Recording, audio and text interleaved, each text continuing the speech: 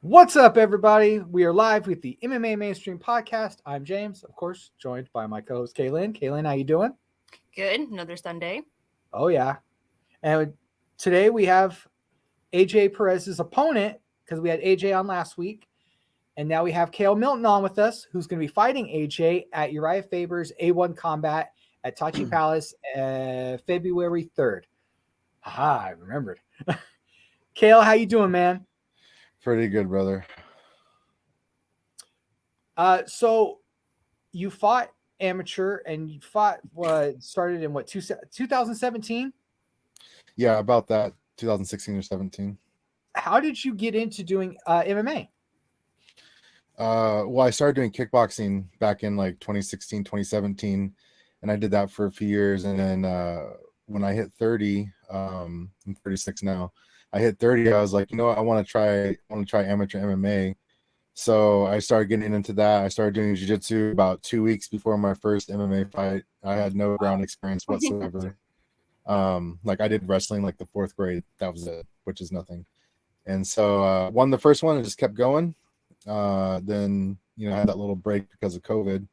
I might have started sooner if that hadn't happened, but at this point I kind of got through a couple more fights. I won that 559 fights championship, defended it once and won. And then I tried to fight for the camo title, and I didn't win that one, unfortunately.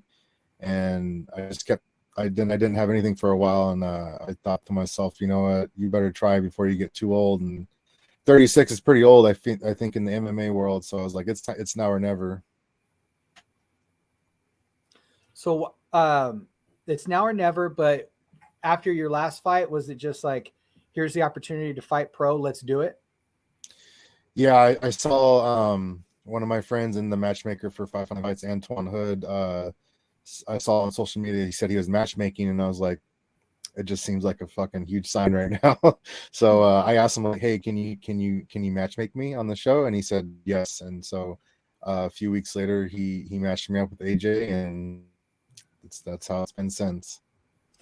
Now, this is to me an awesome fight because I do know both of you, but the fact that you guys there aren't a ton of heavyweights, at least locally. They're starting to be, but now that you guys are going to go pro and this is your debut fight against each other, I feel like this would be a great fight that would have happened in 559 Fights or some other amateur promotion. But going pro, I think is phenomenal. And this is really coming out the gate as a pro fight. Like, holy cow. What do you know about AJ and how he fights? So I kind of have some personal experience with him, not like actually in the ring, of course, but one of my teammates fought him before, and I cornered that fight against AJ. But this was at a lower, used to be a lighter weight class, and so I'm assuming he made a lot of weight. We're fighting super heavyweight, and so I've seen his style, and I think I can handle it. Now, I've seen that you've been doing a lot of jiu-jitsu work. We follow each other on social, and I see you do mostly that. Are you ready to go against him? And dude's heavy-handed. He likes to bang. So are you ready to go with the stand-up? Oh yeah, I work my stand-up too, and that's where my basis of my fighting started anyway, was in kickboxing. So I've always been a person who likes to stand up. But I've been working with my striking coach, who's a trainer. Yeah, the internet's rough. Yeah, and he did tell me that it was going to be rough. So, we're just on my screen. I don't know if what you see on your screen, but mine is just kind of frozen. He is dropped. Is that what you see too? Is that what you see on yours? He's gone now. No. But, hopefully he'll get back in and join us. But we'll go ahead and move on to some other things, until he comes back. UFC, of course, happened yesterday. Sean Strickland stepped in on a week's notice and won his fight by decision. So good for him. That was the only real fight of note from that card. Not a ton of other stuff going on that card, but they have the UFC pay-per-view coming up this week. And let's see if we can get Kale back on with us. No, his internet's still there. He is. You got me? Gotcha. All right. Glad to have you back. So you were talking about how you're preparing with your stand-up to go against AJ and that you started off doing stand-up.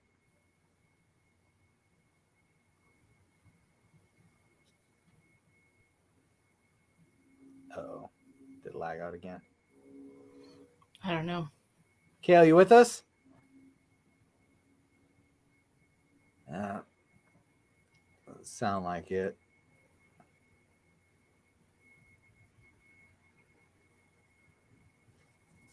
All right, we'll go ahead and just keep talking about the UFC because there's a pay-per-view coming up this weekend, and it's UFC 285. No, 283.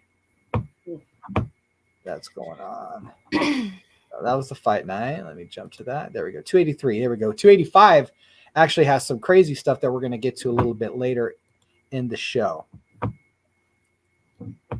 about Francis Ngannou, and now John Jones is officially back in the mix.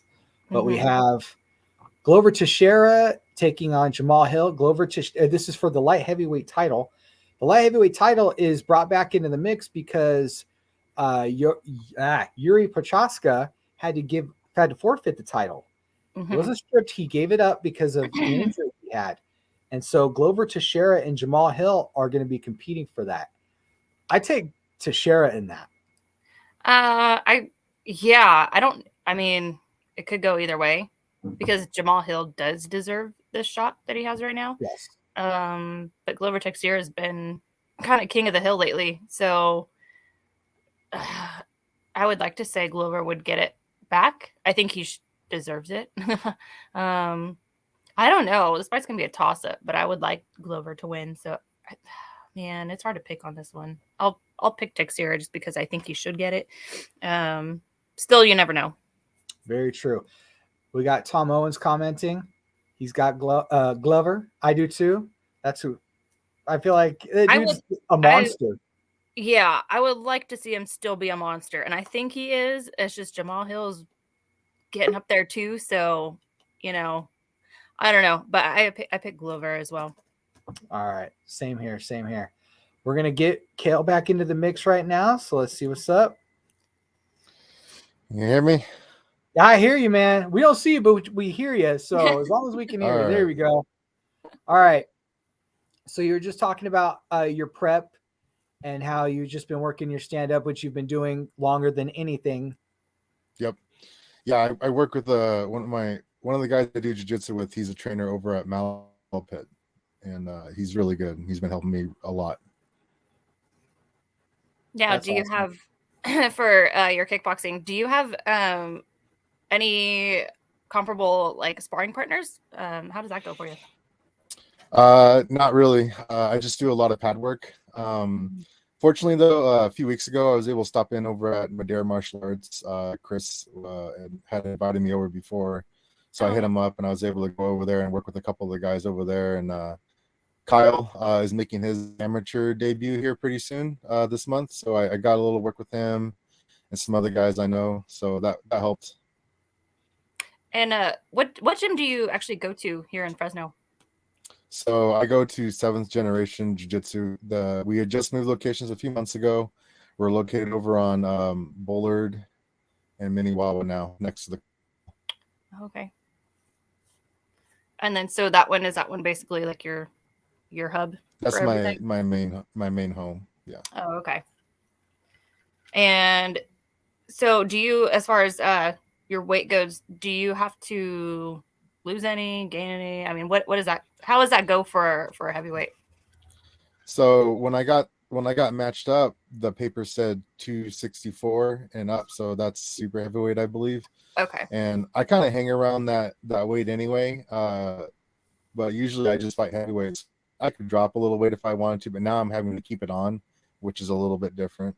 Is it harder? That I have no idea about. It's a little harder to hold or gain weight. That's a whole different game. I just eat more. That's really the main thing I do is just eat a lot more, and that sounds like the best problem to have. I mean, that's awkward. I thought so you're too. So hard. I thought it was the best problem to have too, and then I'm like, I'm eating when I'm not really wanting to eat, and I'm like, man, this isn't fun. It's not fun. It's not fun to not eat. It's not fun to eat when you don't want to eat. So yeah, it's a weird conundrum. Now, what do you think about you're going to be fighting? Basically, we talked about it with AJ also last week. You guys are going to be fighting on making your debut on like hollowed ground for MMA fans or for hardcore MMA fans. It's Central Valley MMA fans. Do you ever think about that or take that into account that like, man, I'm making my debut in like one of the best places to make my debut? I'll be strictly honest with you. I didn't grow up watching MMA, so like I don't have the same reverence about Tachi as a lot of people do. I got an MMA because I just want to challenge myself. I didn't get an MMA for any other reason. I just want to see what I could do, see how far I could go, and this is just the next big step. I'm very thankful that it's going to be at this venue, and that I got on Uriah Faber's show. So I'm very thankful for this opportunity to be on like a big stage as my first debut. Originally, what was your plan originally? Because you did a lot of kickboxing. Were you planning to stick with that, or was that just a hobby, or did you want to go pro with kickboxing also? No, I didn't really have any aspirations years ago when I started to even go pro. I just did it because I thought it was a huge challenge, and it was just really awesome. I actually started watching I started doing kickboxing because one of my teammates I did karate with, she was fighting, and I went to go support, of course, and then I got really just interested in it. I wanted to try it out, and I did 6 months of training, kickboxing trainer, and he said he put me in after that, and just hadn't stopped since. Yeah, it really sucks you in, doesn't it? It really does. There's something about going to those fights and watching it, and you're like, man, I want to get in there. That's exactly what I thought. I was like, I could do that. Yeah. But like, even if you couldn't, you're like, I want to do it anyway. Yeah, I think a lot of people feel that way. Now, looking forward after this fight, how many more fights do you want to have? Because you talked about being older. Do you want to continue? Is it just like one and done? What's your thought process? No.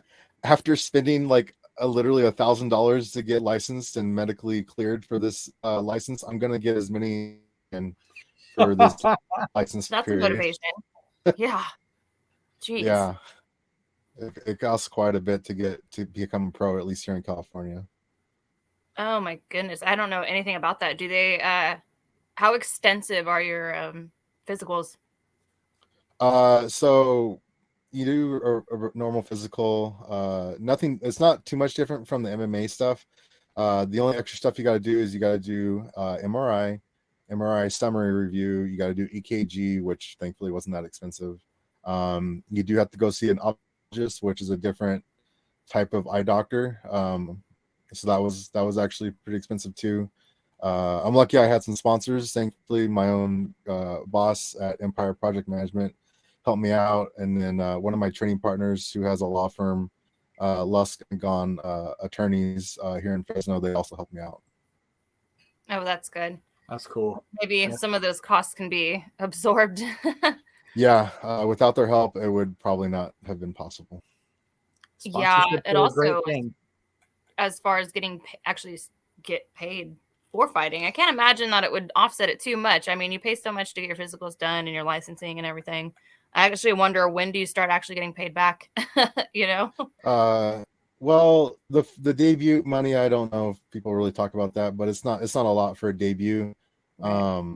I think they really try to push you on the ticket sales because you do get commission on that if you sell a certain amount at least. So the more you sell, the more you can make. Now, because you're our pro, has it been difficult because they do push the ticket sales?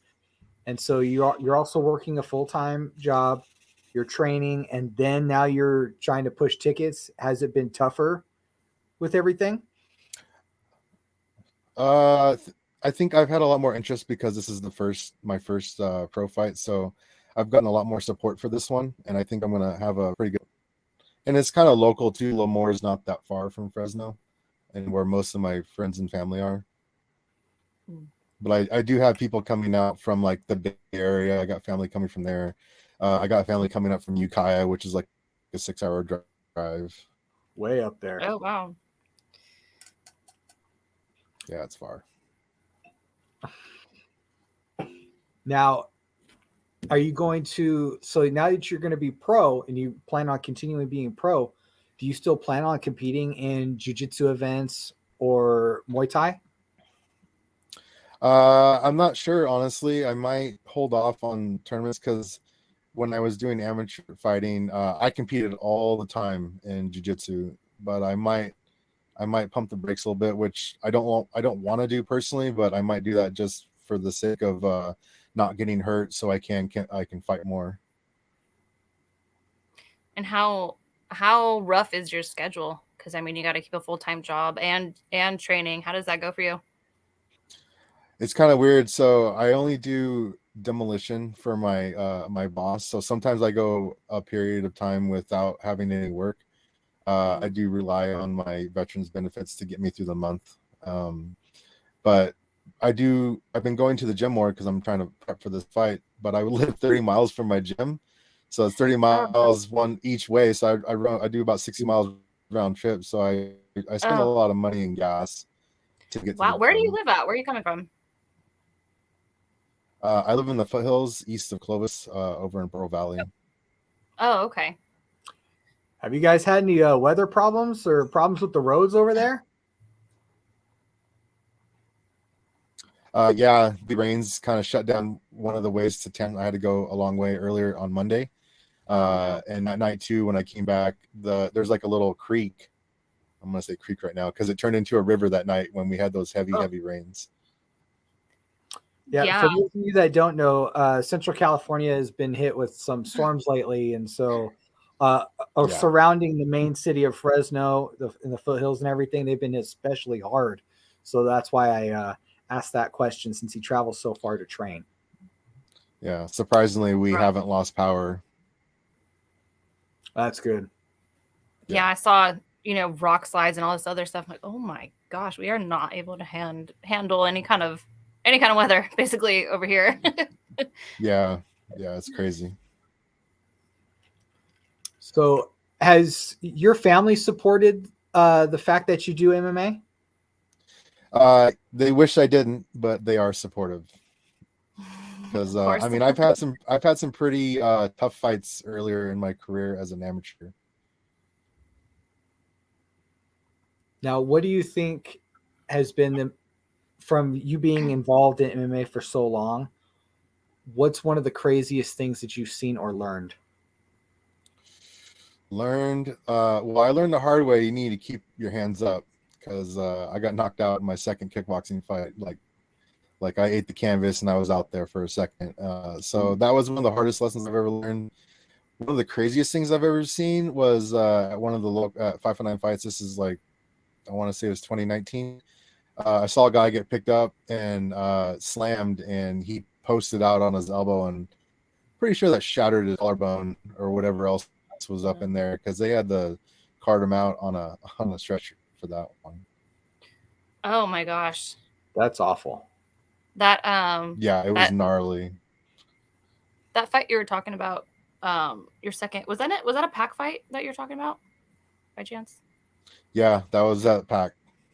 Okay, yeah, I was there. I saw that. That was, my jaw like hit the floor. Like I think I fought on that card, and then I was just coming out from getting checked out or whatever. That was the first thing I saw. I'm like, oh my gosh. Yeah, that was a rough day. That was scary. Like, I think that may have been the first time in person that I got to see something like that happen, like right in front of my face, and I had no idea what I was walking into. I opened the door and that's what I saw. I'm like, okay. Which I think almost happened to me too, right before.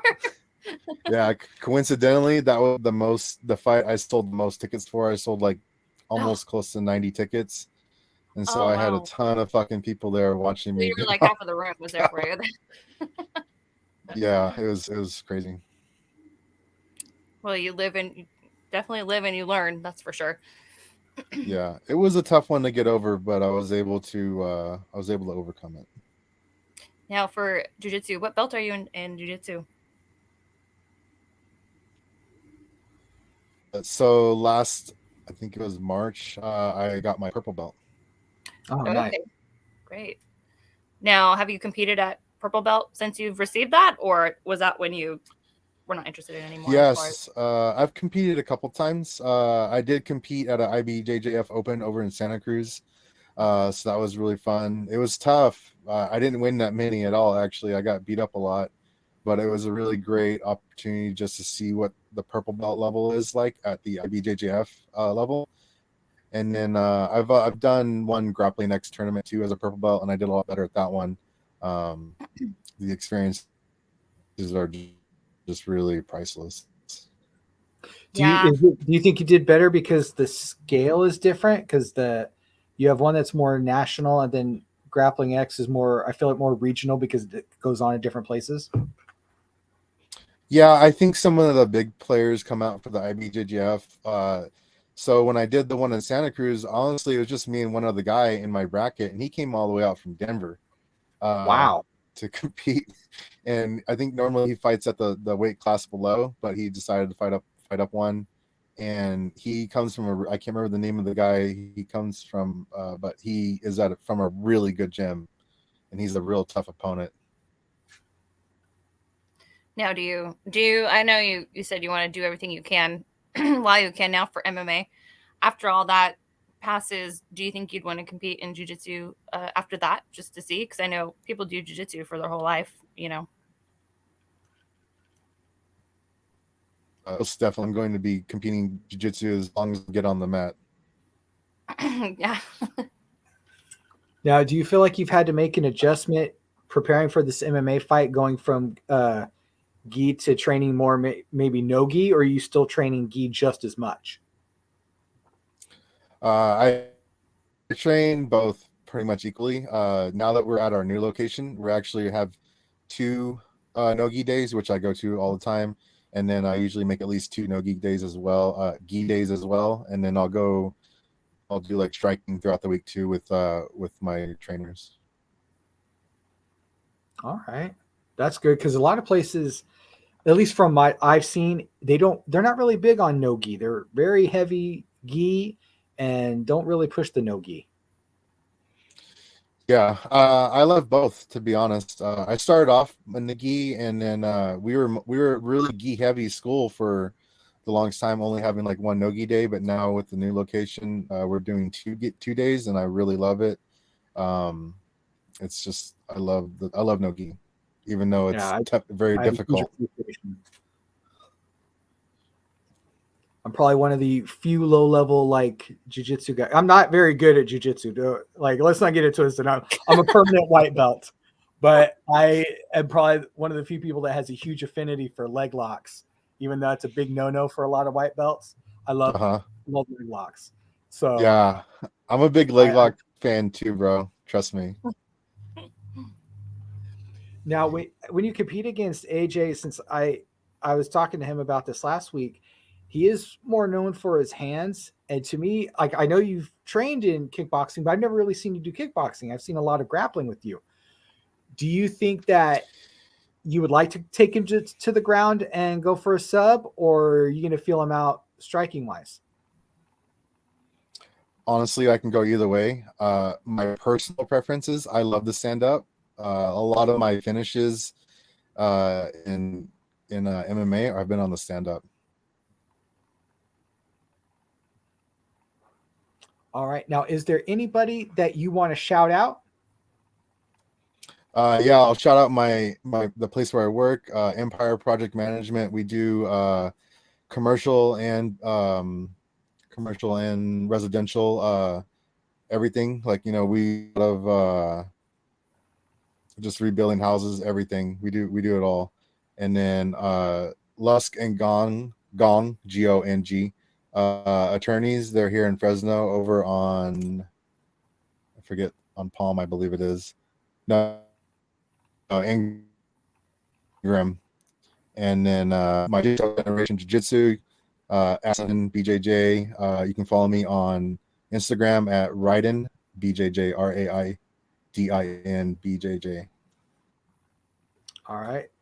So for those of you that want to reach out to Kale, maybe a sponsorship opportunity, greatly be appreciated since he's debuting against AJ Perez pretty quick in early February 3rd, Friday night at Sachi Palace in Lemoore for Uriah Faber's A1 Combat. Definitely. So it's a super heavyweight fight, correct? Yes. Which trips me out because I've only seen one super heavyweight fighter that I really remember, and that was Ross Clifton. But you guys are nowhere near that size. So it's all kind of tripping me out that you guys are competing with that, because I'd see you guys at heavyweight easily. Yeah, I would have preferred that, and I'm gonna make sure the next time I sign a fight, I'm gonna be like, "Hey, heavyweight." Now, one other thing is this fight. So this is your debut fight, of course. Did you sign a one fight deal or a multi-fight? Just one. Just one? Okay. Yeah. I was just curious. It's something I was just wondering about. I did ask AJ the same question. He said the same thing. So I was just wondering if it's because you guys are debuters, they're not sure how to gauge you, so they're only going to have you just come in for one. If you do great, they'll sign you for another, or what the deal was. Hey, that'd be cool if they did after that. Yeah. Well, I look forward to this fight. Unfortunately, I won't be there, but I will definitely try to find out. Hopefully someone covers it, which I imagine they will, but in Remember, a local they can tune in on UFC Fight Pass if they can't make it. That's it. There you go. Kale, we appreciate the time. Enjoy the rest of your Sunday and have a good one, man. Thank you for having me on.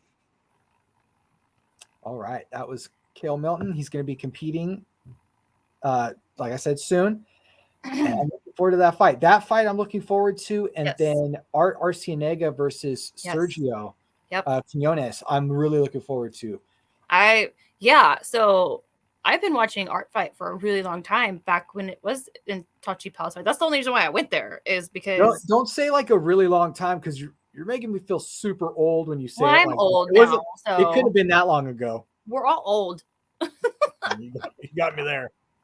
No, yeah, I used to go. So I had a personal trainer back in the day. His name is Pete, who is an instructor at Pacific Martial Arts.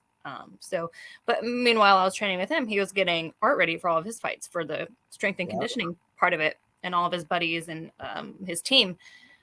So I would always go watch the fight, because I'm like, well, I see him every day working out. Like, I'm gonna go, and I went to. I don't want to say every single one, but I went to almost all of them until he stopped doing it, and then. So now it's almost like going back in time. Now I get to go watch. I'm curious what brought him back, because he hadn't fought for quite some time. So I'm very curious as to what brought him back.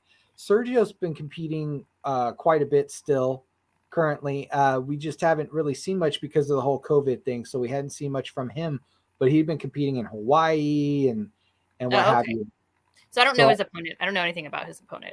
Sergio is a very game opponent. He has a lot of fights under his belt. Strong wrestling, good jits. Hands, I think, have gotten better. Like, he was good, but he's just gotten better. Oh, okay. His ground, you wouldn't think he would have it, but he's really strong on the ground. Interesting. Yeah, so I'm really excited I am to go too. back That's out there. I'm really looking forward to checking out. Yeah, and then also you can still watch it on Fight Pass. So that's pretty cool too. I don't even know if I have that anymore. I don't know why I didn't even think about it. I'm glad Kale said something, because it didn't even dawn on me that you could watch it on there. But of course, if you can, go check it out live. Live fighting is, if you're an MMA fan, of course. If it's just live fighting, like somebody at a Waffle House, that's different, given we don't have one here. But that's different. That's entertaining in a way different way. Yeah, that's a different fight, but it is. It's fun though.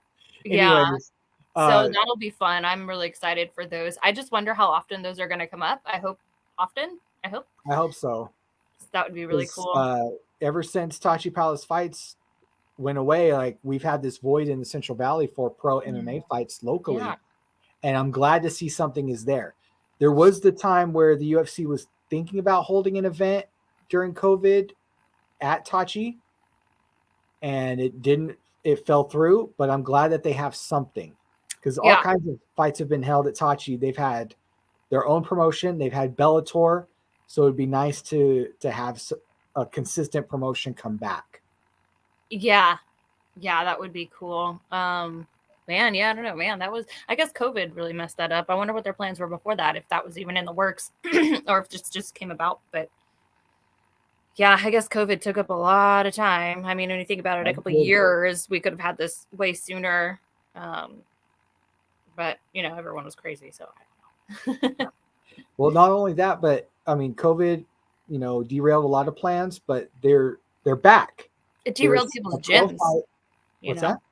It derailed people's gyms also. Very true. When you weren't, I guess they weren't allowed to be open, or I don't know if they were supposed to be closed completely, or if you just had to have all the rules there. I don't know.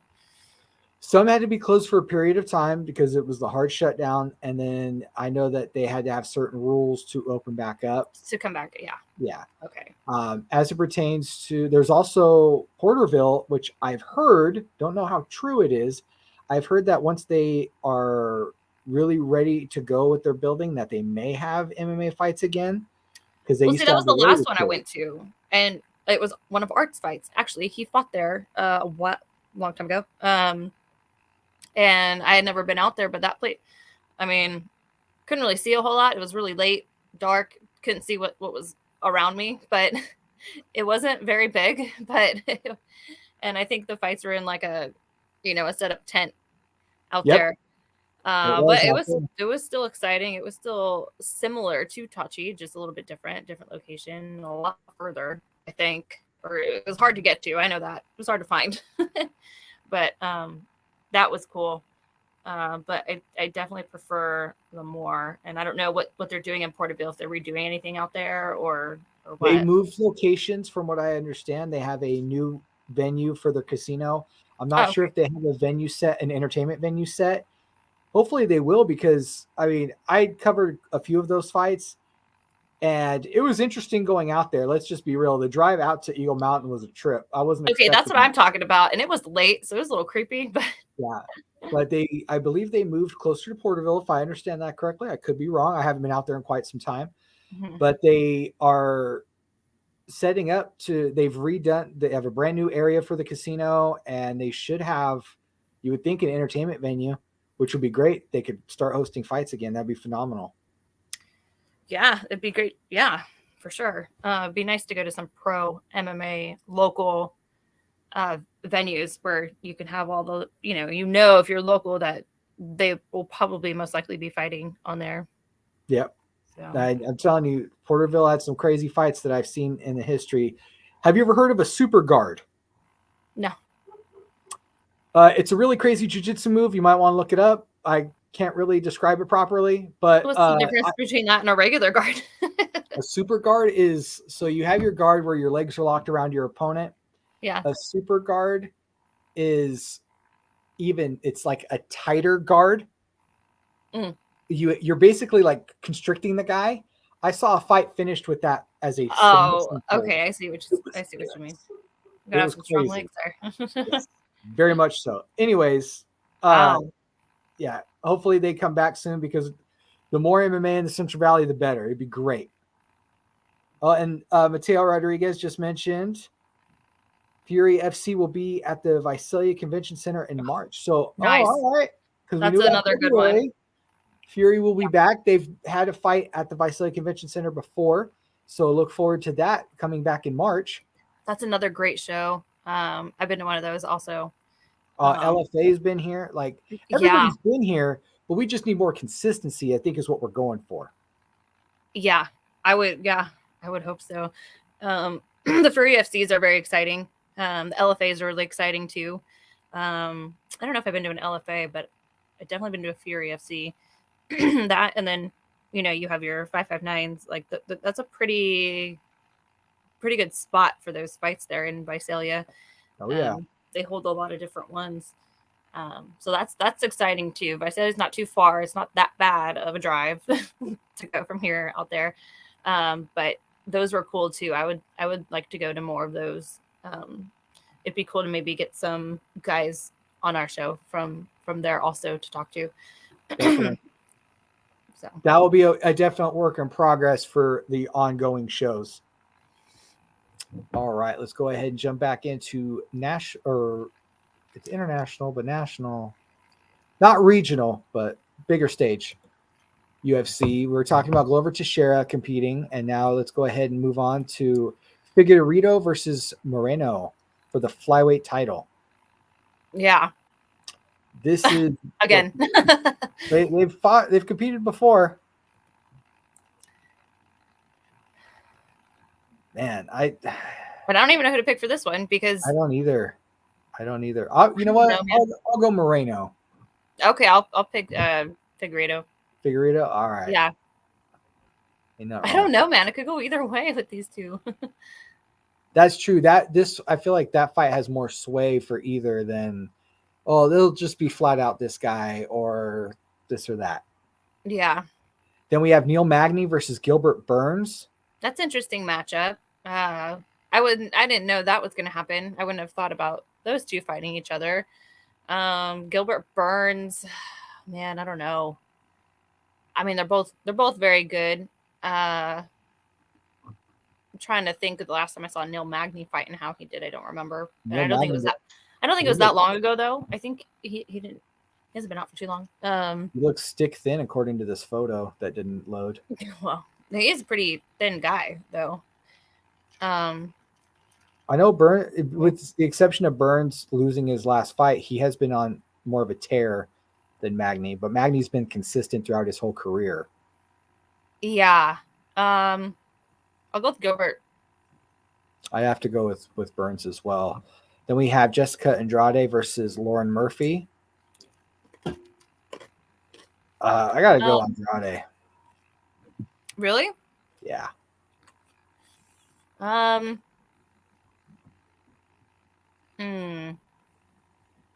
What rank is Lauren Murphy right now? Let's see. Let me check. 4 versus 6. Oh, she went back down to 4. I don't know. I'll pick Lauren Murphy. She's been all the way up to the top before. Had a very hard time with Shevchenko, but she deserved that fight with her. So, I don't know. I'll go with Lauren Murphy. All right. Let's go ahead and continue our way down to the last fight on the main card. Paul Craig versus Johnny Walker. Interesting. Walker needs to have an alcohol sponsor. If he doesn't, that's a shame. They're missing out. I would pick Paul Craig for this one. I too will pick Paul Craig. But I kind of feel like the hype is gone for Johnny Walker. You think so? Like it came and went so fast. It is fleeting. All right. And then the last fight we'll talk about on this pay-per-view card is Shogun. Yes. And is what we would assume is his last fight, especially on his UFC contract. Yeah. Versus a guy who I can't remotely pronounce, but he's from Ukraine. I'm going to pick Shogun. I'm a huge Shogun fan since the Pride days, so Shogun all the way. Oh man. I don't know because both fighters are coming off losses. We have 19-3 against 27-13-1. Oh, I'm going to pick I can't say his name. I think it's Ihor. I don't know. I'm going to pick him. That's the character from Winnie the Pooh. Eeyore. The really depressed. Yeah. What was he? A donkey. Oh, it was a donkey. Yeah. I think he was. Yeah, donkey. Eeyore. Yeah, I don't know if that's how you say his name, but I'm gonna pick him. All right, Shogun all the way. Shogun for the win. That's all I gotta say about that. But there is other news going on in the world of MMA that we're going to talk about because that's what we do here. So what's up with, let's see, which story was this? Oh, that was the fighter we didn't care about. Leah Letson is retired.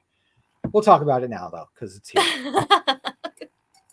We were discussing before. Leah Letson has decided to hang up her gloves. She fought in 7 fights. She was 5-2, 1-1 in UFC. She says that she has lost her love for the sport and the taxing nature of it is the main reason she decided to walk away. It's not easy. It's not an easy sport. It might be one of the hardest sports that there is. But also have not even seen her fight in so long, or that I know of. Maybe she has, but it hasn't been advertised very well. So I don't remember even If she was good or not, to be honest, I don't know. Well, she's only had 2 fights in the UFC, and they have fights so often. She lost by It's TKO. easy that she didn't make Okay. much of an impression. Okay, well, she also got TKO'd by Felicia Spencer in 2021.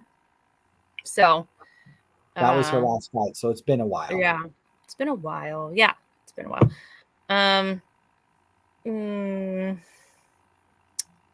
Yeah. So I mean, that's a tough division. That's literally it. Yeah, it is. That's it. I mean, I don't blame her for quitting. I mean, it's not easy, you know. All right, let's go ahead and move on. Your boy. Aljamain Sterling reveals partially torn bicep, casts doubt about March fight versus Henry Cejudo. Well, this dude's got a lot of injuries all the time. A lot. All the time. Torn bicep, huh? That's rough. I know the injury is bad. Didn't he just come back from a neck injury too? Surgery? Yeah. Right? Yeah. I'll say this, at least we did get a fight out of him. He did win said fight. So he did finally defend his belt once. But well, yeah, he did. He did. I don't know, man. So the whole thing with him was he wanted to fight Cejudo. Was that right? Cejudo is the one who was coming after him the most, and it seemed like the most logical because Cejudo is competing again. He came out of retirement. Yeah, but now who was it? Oh, so was it Chito Vera? Is that who's being thrown in there? Yeah, I don't know. Henry Cejudo and Aljamain Sterling would be an interesting fight. Sean O'Malley could be thrown in there too. Be just as interesting. I don't know. Sterling, injuries are a bitch, you know. Whether it sounds like he's had a lot, even though he's potentially at the peak of his career right now. It just leaves a lot of unanswered questions and kind of just frustration on, like, for me, I'm just like, I almost don't, like, what other injuries next? Like, there's always something. But Henry Cejudo coming back would be very interesting. I wouldn't mind seeing him fight Sean O'Malley. Well, that's what this tweet has. It says, is Aljamain or is Aljo Comain fighting Henry or not? I'm confused, question mark. Right. So that would be good. That'd be a good fight. Bicep is torn. If that's the case, let me beat up Henry. So he wants to get into the mix. Well, he did fight Peter Yan and won. I don't remember if I thought he actually won that fight or not. I don't think he did. I don't survived. think he really did. He survived pretty well. It was an interesting fight. It wasn't a boring fight, but I just think that Yan had the edge on that one. But the fact that Sean O'Malley didn't die in that fight is interesting too. So that's true. I would like to see that fight again, actually. I don't know if they'd ever do that, but I would like to see that fight again. And I also want to know what's next for Peter Yan also. So who knows?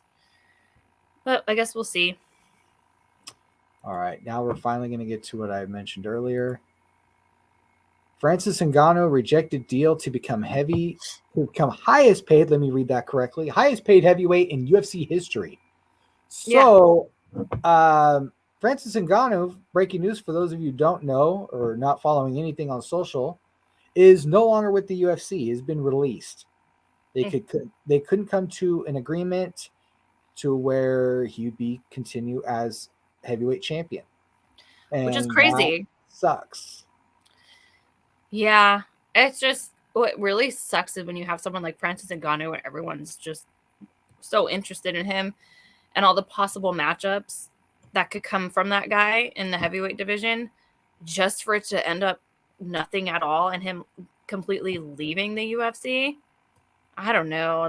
I want to say what a waste, but that really sucks. And I like I said, I wonder what the numbers were exactly that they were talking about and how ridiculous it is for him to leave that. I don't know. I know other organizations pay a lot more, but they're not nearly as popular and don't have the same amount of attention on them. But I don't blame people for wanting to get paid more. It's just, I don't know. It seemed like Francis Ngannou was really like putting his foot down because it's been so long that they couldn't negotiate a deal with him. I think Dana White said it's been 2 years since they've been sending him offers. That's crazy. Dana White did say that he had offered more money than he'd ever offered any heavyweight. He'd be the highest paid heavyweight in UFC history. I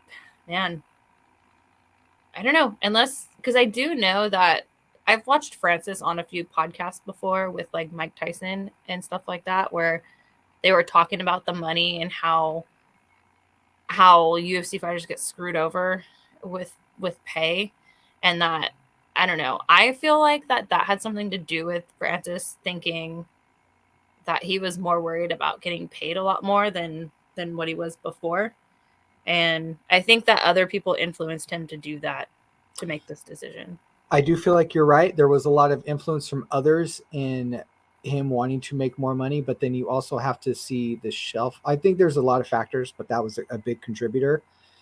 His shelf life is only so long. Heavyweights don't last in the UFC. They can only go for so long before that's it. It's the end of the road. And for him, I think it was just make as much money as possible, but then I think he overreached.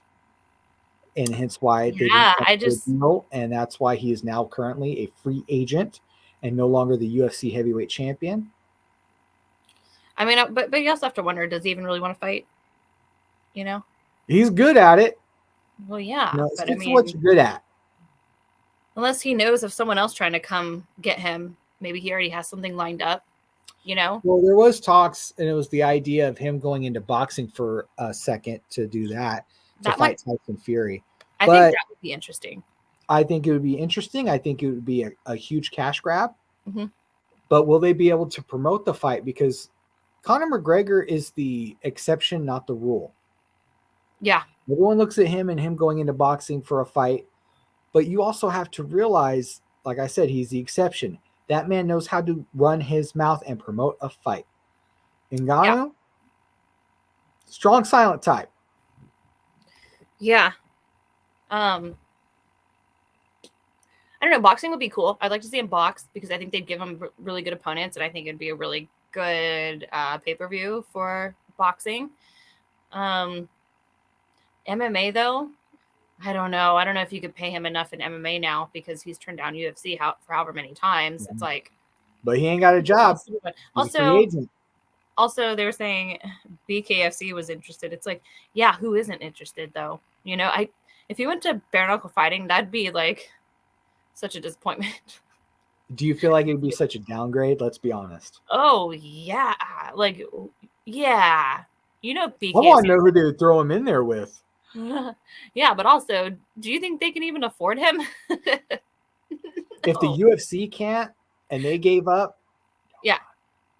I just wonder, I mean, from our understanding, it was mostly money, but were there other concessions he was asking for in the way of, I want more pay-per-view points, more this, more that, which does, end up being money-wise, but were there other things that prevented this deal from going through? We wouldn't know, I guess, right? I don't know. So the UFC heavyweight title will now be decided between Jon Jones and Cyril Gane. Cyril Gane is a former title contender. How come you don't like that fight? I don't like that fight because I feel like Cyril Gane is boring. I think it'd be a good fight for Jon Jones to come back to. Oh, I agree. And it's going to be a great fight when Jon Jones beats him because I feel like that's what's going to happen. You think that's going to happen? I think so. See, I don't know. Jon Jones has been able to establish his game plan against other fighters, even when you didn't think that they were going to. I've doubted Jon Jones a lot, but I think he's going to win this fight. See, I never really doubted Jon Jones, but then I started to see a few of his fights where I'm like, well, that was close. I'm like, oh, so he's not invincible. But no, I think I think Cyril Gahn's a good choice for him to come back to. I think Cyril Gahn could beat him too. It's just I don't know how, and then I don't know how John Jones looks as far as fighting goes, because I don't know. You can argue that fight with Dominic Reyes was beyond close. So him coming back heavier, do you think that makes him better or makes it slower? Like I would imagine it doesn't help much. I mean, if he was still doing the amount of cocaine that he had been doing, he would have lost a lot of weight and he wouldn't be fighting a heavyweight. Well, I don't know, and I don't know how fast he could be at heavyweight. Yeah, I think Cyril Gahn's a fast heavyweight. I think so too, and it's going to be a big test for John Jones, especially because it's been so long. Like a lot of people don't realize how long it's been, and you're putting him against a top-notch heavyweight, which Cyril Gahn let me put it like this: Cyril Gahn, they go the distance, he's going to win. I don't see him finishing a fight. Doesn't mean he can't, but I don't think John Jones is the one he's going to finish. Yeah, I don't know. We'll see. I don't know. There's too much up in the air that I can't even make an intelligent prediction, because John Jones has been gone forever, and now he comes back in a new weight class. Who knows how that's going to go? And I want to say a different gym. Oh, didn't he get kicked out of his Albuquerque one? Yep. So, but I do still think John Jones is John Jones, and he's going to go in there and John Jones it. Yeah. So that's why I think he's going to win. Hey, at least there's a date finally, Yes, finally. We have it. This is the main event. Like they're already selling shirts. I think but Dana White said that John Jones has been ready for a while. Like he's been waiting. And the whole thing was dependent on Francis, I think. And now that Francis, it's because when they announced that Francis is leaving, they already have a date planned. Like, that they already have this backup plan. So I feel like Jones might be really good. He's ready. He's been ready, sounds like. So I don't know.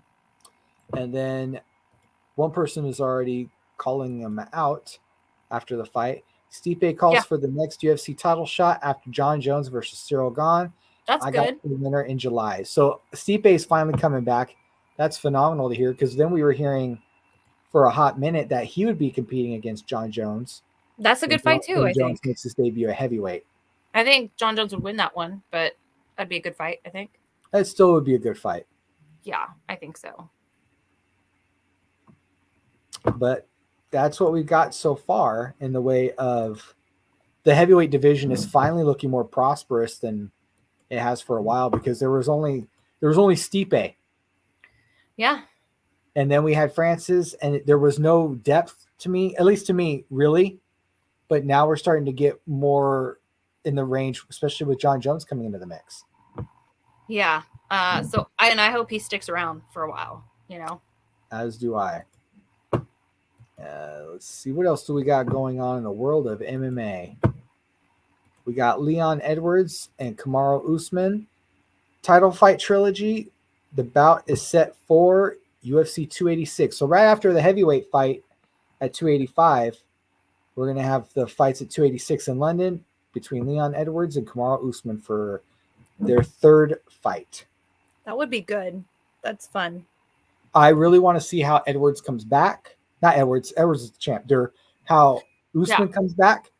Yeah. Because he was so dominant for so long and such a strong athlete. I want to know how he bounces back. I'm very curious to see that. Yeah. And then lastly, AJ McKee, we're going to Bellator now, just for the end. AJ McKee signs a multi-fight deal with Bellator and expects to compete in the lightweight Grand Prix. AJ McKee is just going to be, I feel like he's going to be with Bellator forever. He is their franchise guy. Yeah. Yeah, I think so. And there's nothing wrong with that. He is one of their stars, one of their homegrown built stars. So it'll be not. He just won recently at Ryzen 40, Bellator versus Ryzen. And they'll just keep competing for Bellator, which is what they need. They need their own homegrown talent. They need to, when a fighter leaves the UFC, not necessarily pick them up, but AJ McKee has started there and grown there and should stay there. Yeah. All right. All right, folks. That's going to do it for us here at the MMA Mainstream Podcast. Thank you for joining us, and we'll see you guys next time.